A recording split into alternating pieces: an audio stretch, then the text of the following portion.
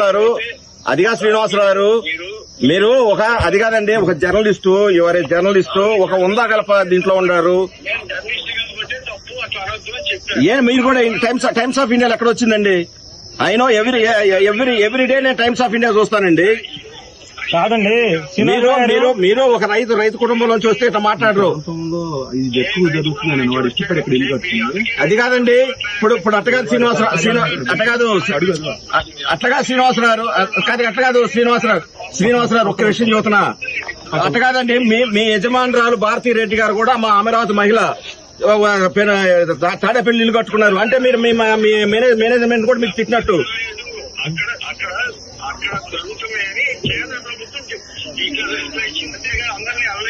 ఎవరు మీరు అతను వదంతులు కాదండి శ్రీనివాసరావు గారు, అట్లా కాదండి. మీరు ఇట్లా ప్రచారం చేస్తే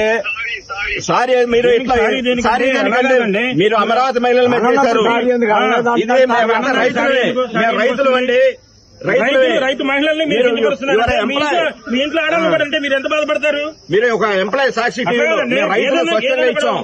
ఇంట్లో ఆడాలంటే మీకు బాధ ఉండదండి శ్రీనివాసరావు గారు? ఆడాలని రోడ్ల మీదకి లాగడం సంస్కారం మీది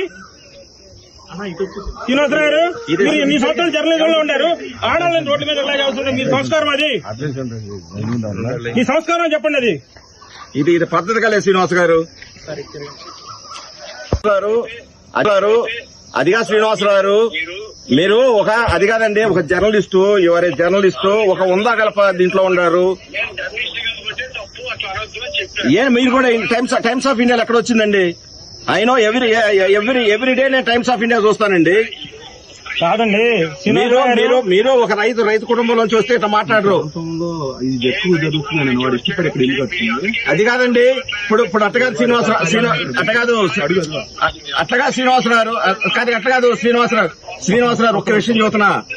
అట్టగాదండి మీ యజమానురాలు భారతీ రెడ్డి గారు కూడా మా అమరావతి మహిళ తాడేపల్లి ఇల్లు కట్టుకున్నారు అంటే మీరు మీ మేనేజ్మెంట్ కూడా మీకు తిట్టినట్టు.